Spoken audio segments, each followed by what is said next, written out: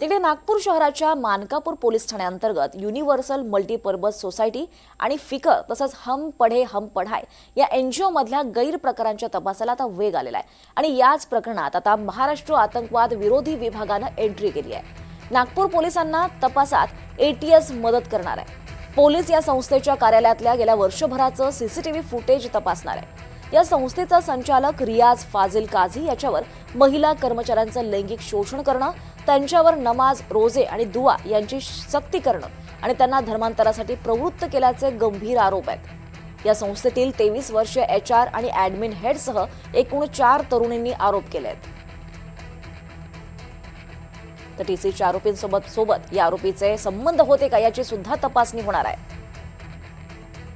अधिक माहिती घेऊयात आमचे प्रतिनिधी संजय तिवारी यांच्याकडून। संजय, काय अपडेट्स? सगळ्यांचंच लक्ष वेधलं आहे पूर्ण महाराष्ट्रात, पण आता एटीएसची एंट्री झालेली आहे। कारण नाशिक TCSचा जो प्रकार घडला होता त्या प्रकाराची काही साधारण दिसून येत आहे।